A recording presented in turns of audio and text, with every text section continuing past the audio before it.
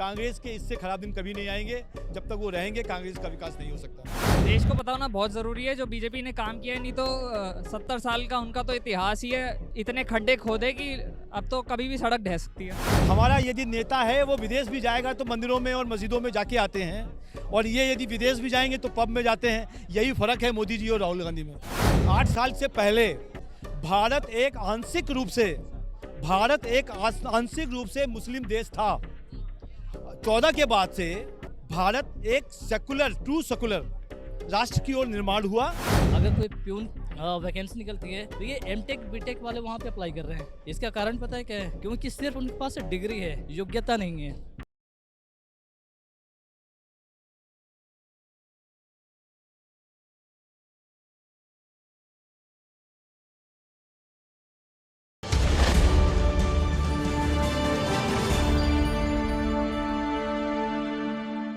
Sir, Rahul Gandhi तंज कसते हैं मोदी के ऊपर कि लोक कल्याण मार्ग का नाम लोक कल्याण मार्ग रखने से लोगों का कल्याण नहीं होगा। कैसे देखते हैं? पहले खुद को सुधार लें, फिर बाद में बात करें। बस इतना ही कहेंगे, इससे ज्यादा नहीं। आए दिन ट्वीट करके मोदी जी पर तंज। चीन में एक सीट आई है, वो भी मोना आराधना की, राज्यसभा मेंबर प्रमोद तिवारी के क्षेत्र की एक सीट आई है 403 में।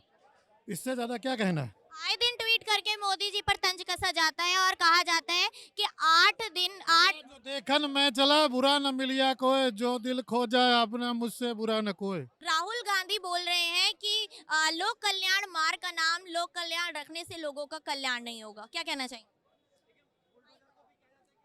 देखिए, देश में चेंज ऐसे ही आता है और सिर्फ ये छोटे से कार्य पे वो बैठ गए हैं। अगर वो कुछ ढंग का काम करेंगे ना तो राहुल गांधी का भी नाम बनेगा और देश उनको रिस्पेक्ट भी देगा। उनको अपना टाइम ज़रा ढंग की चीज़ों में लगाना चाहिए, एक माइनॉरिटी को छोड़ के स्पेशली। अच्छा, ये बताइए, उन्होंने बोला है कि 8 साल का जो कार्यकाल है उसका जश्न मना रही है बीजेपी सरकार और देश में हो रहे मुद्दों पर ध्यान नहीं दे रही है। किस रूप में देखेंगे? देश को पता होना बहुत ज़रूरी है जो बीजेपी ने काम किया है, नहीं तो 70 साल का उनका तो इतिहास ही है। इतने खड्डे खोदे कि अब तो कभी भी सड़क ढह सकती है।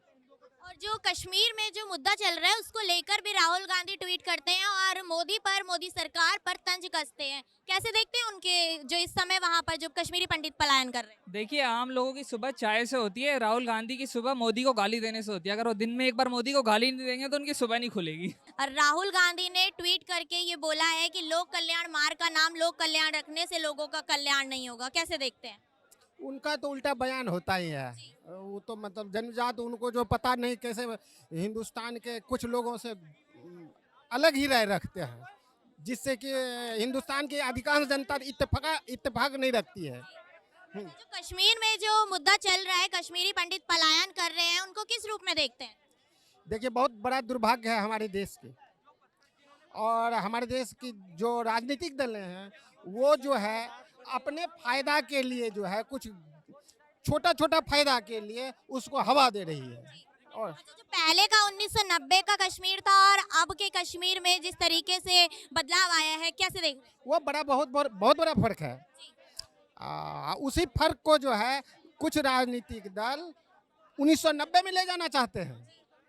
अच्छा, वो ये भी बोल रहे हैं कि 8 साल की जो जश्न मना रही है ये बीजेपी सरकार, 8 साल में जो काम किया है उसका जश्न मना रही है। अब जो देश में मुद्दे चल रहे हैं उन पर ध्यान नहीं दे रही है। कैसे देखते हैं? क्या मुद्दों पर ध्यान नहीं दिया जा रहा है?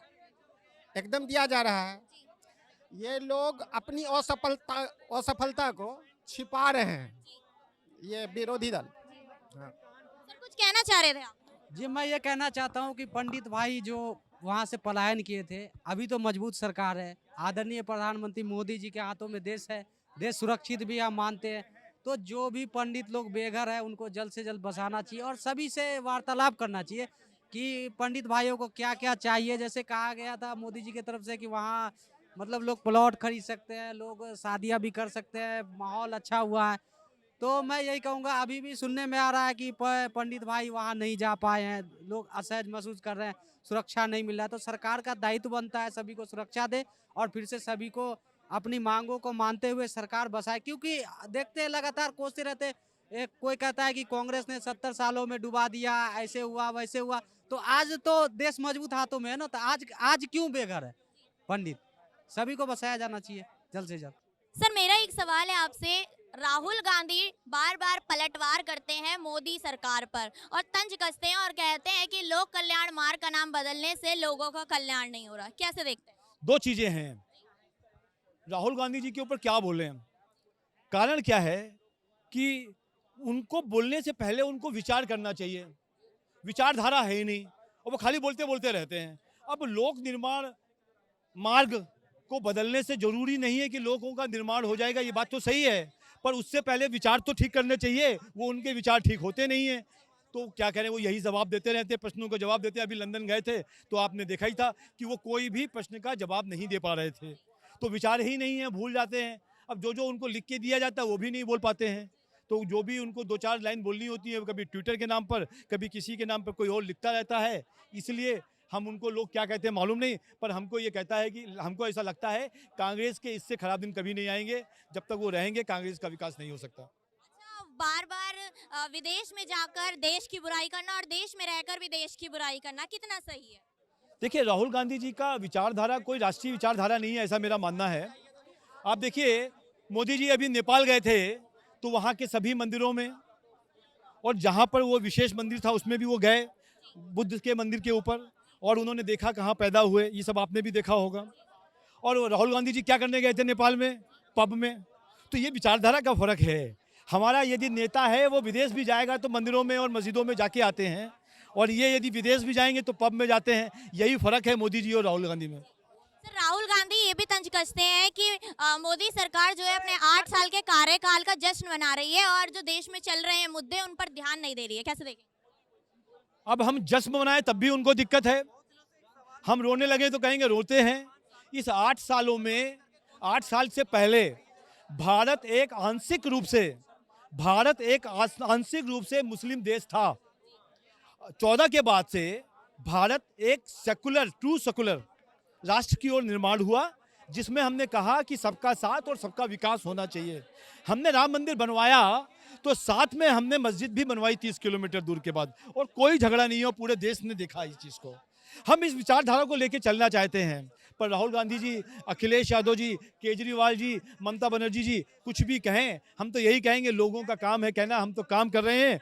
और आज हम 56 इंची सीना जब विदेश में जाते हैं तो हमारा चौड़ा होता है, देश में रहते हैं तो चौड़ा होता है। आज एक एक व्यक्ति अपने देश के लिए काम करने को तैयार है। जब पूरा देश कोरोना में पीड़ित था तब राहुल गांधी जी घर से बाहर नहीं निकले थे। पूरा विश्व कोरोना के काल में उसकी इकानमी खराब हो गई और भारत की इकानमी बढ़ गई। 9.7% जीडीपी है, तो ये भी मोदी जी के कारण है, ये भी आपके कारण है, क्योंकि जनता और मोदी जी ने मिलकर देश को आगे ले जाने को सोचा है। आत्मनिर्भर भारत है, और ये भारत वो है जिसके सीना 56 इंची है। सर, 1990 का कश्मीर और आपके कश्मीर में क्या अंतर पाते हैं? देखिए, 1990 में भी आतंकवादी थे पर खुले घूमते थे। आज भी वहाँ आतंकवादी हैं, बहुत कम संख्या में हैं, पर अब खुले घूम नहीं सकते। आपने पिछले 2 सालों में कश्मीर में कहीं पत्थर मारने की घटना सुनी है क्या? नहीं सुनी। क्यों नहीं सुनी? क्योंकि अब पत्थर मारेगा कोई ना तो उसको पत्थर का जवाब हमको बुलडोजर से देना आ गया है। तो जो भी पत्थर मारेगा उसका जवाब हम बुलडोजर से मिलेंगे, चाहे वो कश्मीर हो, चाहे उत्तर प्रदेश हो, या फिर जहांगीरपुरी ही क्यों ना हो। और जो अब है, ये कायर लोग हैं, छुपके आते हैं, लोगों को मार के चले जाते हैं। इन थोड़े बहुत बचे हुए हैं, इनको भी हम ढूंढ लेंगे और इनको भी हम निकाल लेंगे। हिंदू मुसलमान ये सब ना करके ना, सिंपल ये हो कि हाँ भाई ठीक है, ये एक सर्वे बनाओ, एक लिस्ट बनाओ कि हमारे यहाँ कितने बच्चों को रोजगार देना है, जिन्होंने क्या कहते हैं उनकी एज हो रही है, ओवर एज भी हो रही है, उनको कैसे मैनेज करना है, उनके लिए बिजनेस के लिए कैसे सोर्स लाने हैं हमारे यहाँ के, वो चीज़ होनी चाहिए। डिबेट के अंदर एक ही चीज़ चलाना, हिंदू मुसलमान, मंदिर मस्जिद, और आपका ये जामा मस्जिद, अभी क्या कहते हैं कुतुब मीनार, अभी कहते हैं अजमेर शरीफ, ये क्या है भाई? देखो, ये तो सालों से अभी तक ये सब चीज़ें जो चलती आ रही, पीछे से चलती आ रही हैं। अब एकदम से करना, क्योंकि जाहिर सी बात है 2024 के लिए मुद्दे हैं नहीं, इलेक्शन जीतना कैसे है? ये गलत है। ये भाई साहब जितना शिक्षा की बात कर रहे हैं, मैं शिक्षा पे सिर्फ 2 शब्द बोलूँगा। भाई साहब बोल रहे हैं कि शिक्षा पे लोग शिक्षित हों, ये हों। आप ये बताएं कि एमटेक, बीटेक, इंजीनियरिंग और मैनेजमेंट कोर्स करके अगर कोई प्यून की नौकरी मिलती है, वो वैकेंसी निकलती है, तो ये एमटेक, बीटेक वाले वहाँ पे अप्लाई कर रहे हैं। इसका कारण पता है क्या है? क्योंकि सिर्फ उनके पास डिग्री है, योग्यता नहीं है।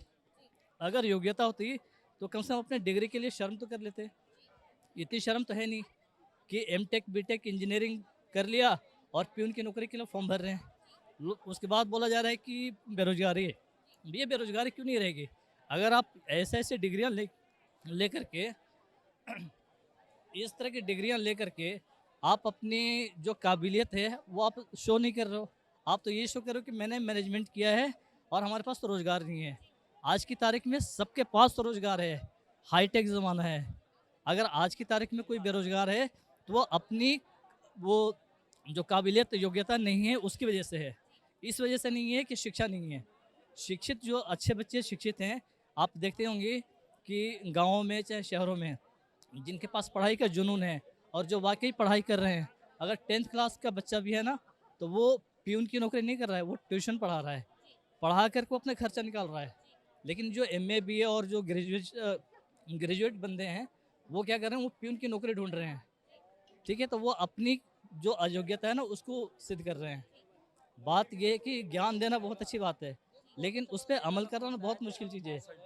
ठीक है, ये भी बता दो, बिहार के अंदर जो अभी 5 लाख छात्रों ने नौकरी के लिए जो गवर्नमेंट ने नौकरी निकाली थी, उस पे ऐसा क्या हुआ कि उन्हें नौकरी नहीं मिली और आज उन लड़कों की उम्र चली जाती है। 8 साल से सिर्फ पेपर लीक हो रहा है, सिर्फ पेपर लीक हो रहा है। उस पे देखिए बिल्कुल सर मैं बताता हूँ, आओ आइए तो एक बार उनका, मैम कोई नहीं, उनका जवाब तो दे दें। ये कह रहे हैं 5 लाख जो उन्होंने फॉर्म भरा था, अब गवर्नमेंट जितनी भी नौकरियां निकाल रही है कहाँ से लाएगी 5 लाख? अब 5 लाख सर प्रयागराज में लाठी चली थी इलेक्शन से पहले। एक सेकंड, प्रयागराज में लाठी चार्ज हुआ, इसे मानते हैं इलेक्शन से पहले? बिल्कुल हुआ। उसमें से कितने लोगों को 5 लाख नौकरी मत दो, 5 नौकरी बताओ। पेपर लीक सर उम्र बीत जाती है लोगों की, ऐसा जब पेपर आता तो उम्र खत्म। कहता रहा हूँ 8 साल से पेपर लीक क्यों हो रहे? कौन कर रहा है? मैं कर रहा हूँ या आप कर रहे हो? सिर्फ 8 साल से हो रह गया ये पेपर लीक, सिर्फ 8 साल से। आपको ये पता होना चाहिए कि बिहार में पहले ग्रेजुएशन 6 साल 5 साल में होती थी, 3 साल का कोर्स 6 साल में होती थी। क्यों? वहाँ पे तो पेपर लीक नहीं होता था, वहाँ पे शिक्षा। 8 साल से कौन सा पेपर लीक हुआ? पेपर लीक हो गया अभी रिसेंटली 15 दिन पहले यूपी में, उस पे कौन बोलेगा? कोई नहीं बोलेगा। इधर ही है क्या? पेपर सरकार लीक करती है क्या? हम में से पेपर लीक करने वाले नहीं है। मैं आपको एग्जांपल देता हूँ। इन्होंने योग्यता की बात करी, मैं एग्जांपल देता हूँ। जिसको प्रॉब्लम है ना वो मेरे से बात करो। Sir 1 minute sir, 1 minute sir. 4 दिन पहले यहाँ डॉक्टर बैठे थे जंतर मंतर पे, 4 दिन पहले डॉक्टर बैठे थे जंतर मंतर पे कि मुझे चाइना जाने दो, इंडिया में 1 करोड़ से 10 करोड़ मांग रहे हैं डॉक्टरी के वो लेने के लिए। क्यों नहीं गए आप वहाँ बहस करने? कम से कम 1 लाख डॉक्टर छात्र बैठे थे। आप गवर्नमेंट की बात कर रहे हैं। यहाँ कल ही TCS में से 80,000 एम्प्लॉयज ने 2016 में डिजिटल इंडिया आया। I am from JMIT college, but is the one of the most famous college in Haryana. ठीक है, 2016 में जब डिजिटल इंडिया आया, TCS के पास कॉन्ट्रैक्ट था। TCS ने ये बोला कि ठीक है, we are hiring freshers for the same, right. There were 3 lakhs of the job opportunity which was provided by TCS. TCS came in the college. उन्होंने ये बोला कि चलो ठीक है, वो अपने लिए 24 पैनल लेके आए। In each panel there were 3 members who were taking the interview for the people.